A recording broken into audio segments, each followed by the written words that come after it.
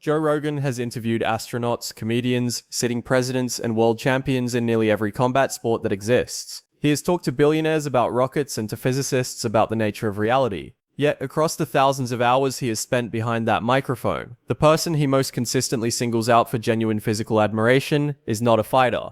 It is a bodybuilder. In fact, it is 5 of them.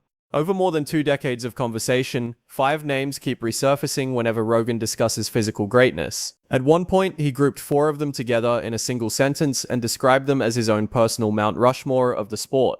This script goes through who made that list, what Rogan has said about each of them on record, and why a man who has spent his career around elite athletes, fighters, powerlifters, strongmen, and Olympic gold medalists keeps returning to the same 5 bodybuilders when the subject of physical dedication comes up. Rogan's perspective here is informed by more than casual observation. He has trained seriously himself for decades, has spent hundreds of hours discussing supplementation, recovery, and training philosophy with knowledgeable figures in the fitness world, and has had several of these 5 men on his show in person, rather than simply reading about them secondhand. That background is part of what gives his opinion weight in this particular conversation. He is responding to numbers he has seen broken down in detail, accounts he has heard directly from the people who live them, and physiques he has watched change, and in some cases decline over the years his show has been running. The first is the one who set the standard against which the others are measured. Arnold Schwarzenegger is not only the most famous bodybuilder in history, he is the physique Rogan continues to describe as the benchmark no one has surpassed.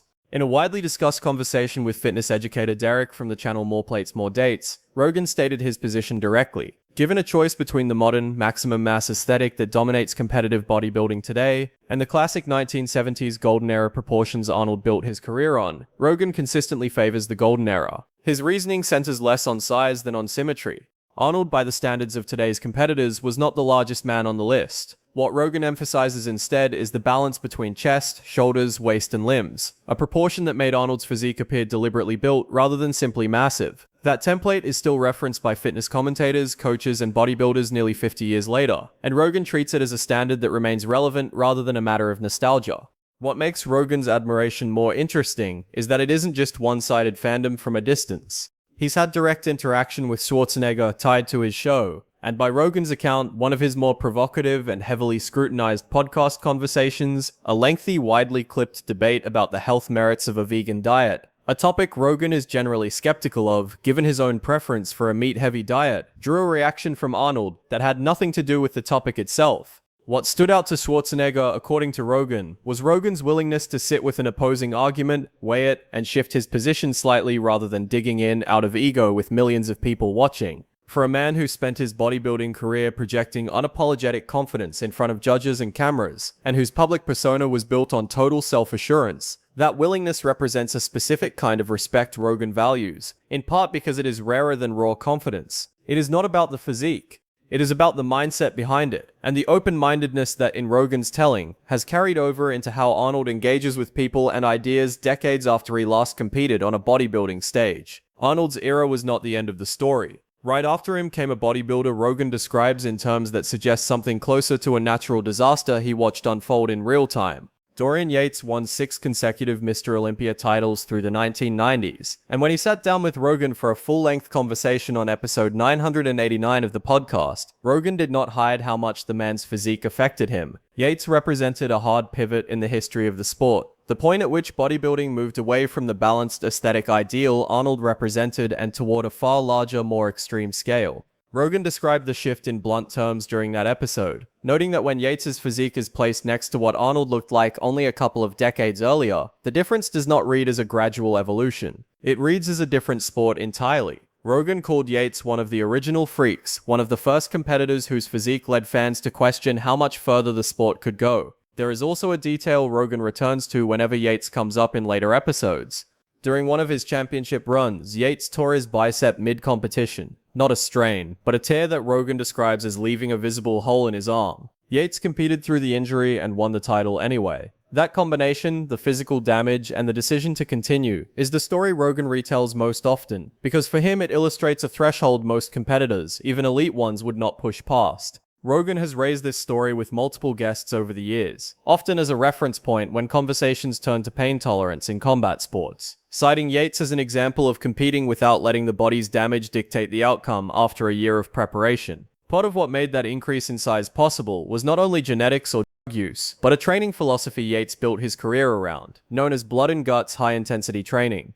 Rather than the high-volume approach used by most competitors of his generation, Yates trained with heavy weight for a small number of sets, pushing each set to failure and at times past it. The method has roots in the earlier work of Mike Mentzer and Arthur Jones, and Rogan has shown consistent interest in the philosophy behind it, describing it less as a gym routine and more as a distinct approach to pain tolerance and recovery that most people are not built to sustain. In late 2025, Rogan's conversation with Yates extended beyond bodybuilding and training methodology, and that broader range is part of why he came away from the episode with added respect for Yates beyond his competitive numbers. After retiring from competition, Yates went through a documented period of exploring psychedelics, DMT, and ayahuasca specifically, as part of a broader search for healing and personal growth once the pressure of competitive bodybuilding was behind him. Rogan, who has spent years of his own podcast exploring the same substances with researchers, scientists, and fellow psychonauts, connected with Yates on that level as well. It's a side of Yates that doesn't appear in highlight reels of him on stage, and it's part of why Rogan treats him as more than a physical specimen, as someone who transformed just as deliberately once the trophies stopped coming. The next bodybuilder on this list extends the size conversation further. If Yates redefined what big meant for his era, this competitor pushed the concept even further, at a physical cost that Rogan has spent multiple episodes trying to explain to his audience.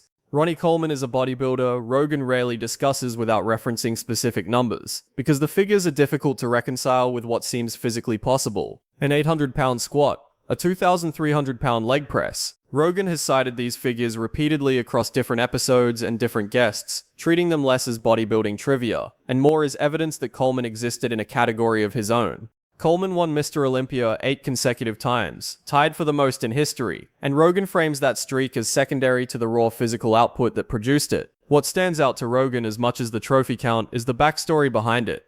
By Rogan's account, Coleman did not begin using performance-enhancing drugs until around age 30, meaning the strength and mass he had already built while working full-time as a police officer in Texas and training on the side in a small backroom gym rather than an elite facility was substantial before that variable entered the picture. Coleman has stated that he did not originally set out to become a professional bodybuilder. It developed out of training for its own sake rather than a long-standing ambition to compete at the Olympia level. Rogan has said that detail surprised him, given that Coleman went on to become arguably the most dominant competitor the sport has produced. Rogan's assessment is that Coleman combined elite genetics with an obsessive work ethic, paired with a personality Rogan describes as easygoing and likable, despite being physically one of the most intimidating people to walk into a gym. The more recent conversations Rogan has had about Coleman's shift in tone, and this is where the account requires acknowledging its cost. In a 2020 episode, Coleman described to Rogan the physical toll of 2 decades of extreme training. He has undergone 13 surgeries since retiring in 2007, including hip replacements, 14 screws, 2 cages, 2 rods, and the fusion of nearly his entire spine. In later episodes, Rogan described Coleman's condition in stark terms, stating that Coleman has difficulty standing or walking unassisted because of accumulated nerve damage. Rogan has also been critical of some of the surgical decisions made along the way, arguing that less invasive options were available but not pursued. At the same time, Rogan has followed Coleman's more recent efforts at recovery, including stem cell therapy, and has reported cautious signs of improvement. Rogan has walked listeners through the specifics more than once: the fused vertebrae, the difficulty bending or stretching the way Coleman once could, the reality that a body capable of an 800-pound squat eventually stops cooperating, even for basic everyday movement, most people never think twice about. What comes through in these conversations isn't shock value, it's something closer to reverence mixed with concern. Rogan doesn't frame Coleman's health as a cautionary tale meant to scare people away from training hard. He frames it as the honest, unglamorous flip side of what it actually costs to push a human body further than almost anyone else in history has pushed one. Coleman himself, in Rogan's retelling, doesn't view it as tragic. He has told Rogan he's still alive, still able to work out in some capacity, and still, in his own words, normal, and that's good enough for him. It's Coleman that Rogan reaches for when he wants to make his clearest statement about where these athletes rank in his mind. If there's a Mount Rushmore of bodybuilding, Rogan has said, Coleman is on it, no question. That phrase Mount Rushmore is where the final 2 names on this list come directly from. When Rogan reached for that comparison, he didn't carve Coleman's face into it alone. He named the others in the same breath, in the same sentence on the same episode: Arnold, Franco Columbu, Lee Haney, Dorian Yates, and Coleman himself. Franco Columbu doesn't get discussed as often in mainstream fitness media as the other names on this list, but Rogan brings him up in a specific and recurring context: arguments about real-world, functional strength versus purely aesthetic, stage-built muscle. Columbu was Arnold Schwarzenegger's close friend and training partner, going back more than 50 years, first meeting him in Germany before both men eventually built their careers together in Southern California. He was a two-time Mr. Olympia champion, and by nearly every account one of the strongest men, pound for pound, to ever compete at that level. The numbers back it up in a way that still surprises people who look them up today.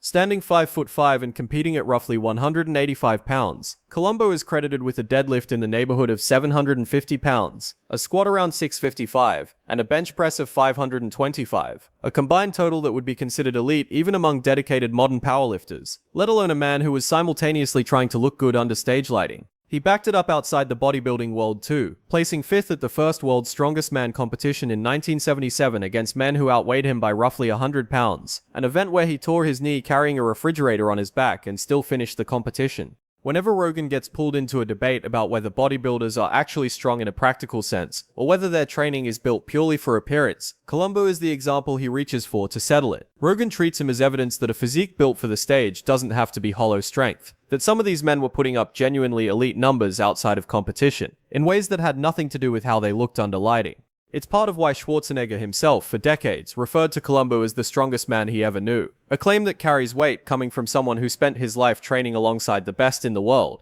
That's 4 names now carved into Rogan's mental monument. 4 different men who each earned their spot for a different reason. The 5th is different again because when Rogan talks about this man, he tends to zoom out from the physical entirely and talk about what he represents as a category of athlete. Lee Haney won 8 consecutive Mr. Olympia titles through the 1980s and into the early 1990s, a record tied only by Coleman years later and one that still stands today. When Rogan brings him up, it's rarely about a specific lift or a specific photo. In one conversation sitting across from Dorian Yates, Rogan grouped Haney together with Arnold and Yates and made his point directly. What stuck with him about all 3, he said, wasn't just that they were the biggest, most muscular competitors of their respective eras. It was the extreme level of dedication it took to get there in the first place. Years, sometimes decades, of total commitment that most people can't sustain for even a few months, let alone the better part of a decade at the top of a global sport. For Rogan, Haney isn't just a name attached to an Olympia trophy count. He's part of a larger argument Rogan makes repeatedly across his show, one that surfaces whether he's talking to Haney directly, referencing him in passing to Yates, or bringing him up years later in an entirely different context.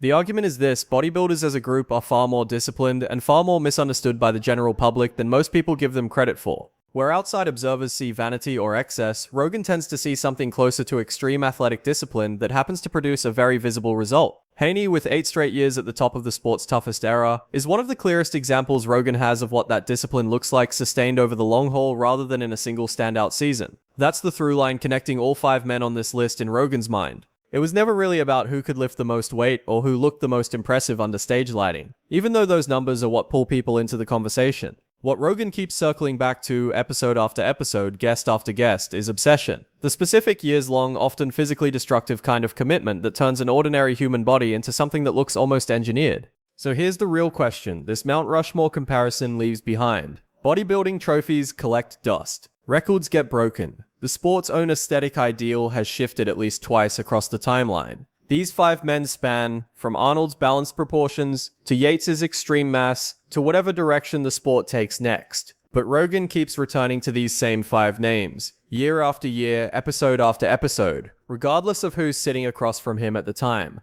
He can be 3 hours into a conversation about UFC judging, psychedelics, or hunting, and one of these 5 names will still find its way into the discussion. Luster and that consistency may be the real takeaway. What Rogan respects was never the muscle itself. It was what it took, mentally and physically, to build something that extreme, to keep pushing long after most people would have stopped, and in Coleman's case, to stay level-headed about it even after the body sent the bill. Arnold gave the sport its template. Yates took that template apart, and then went looking for meaning once the stage lights turned off. Coleman took the size question further than anyone thought was survivable, and by his own account remains at peace with the trade he made. Coleman too showed that the pursuit didn't have to be hollow, that real strength could sit underneath a physique built for judges.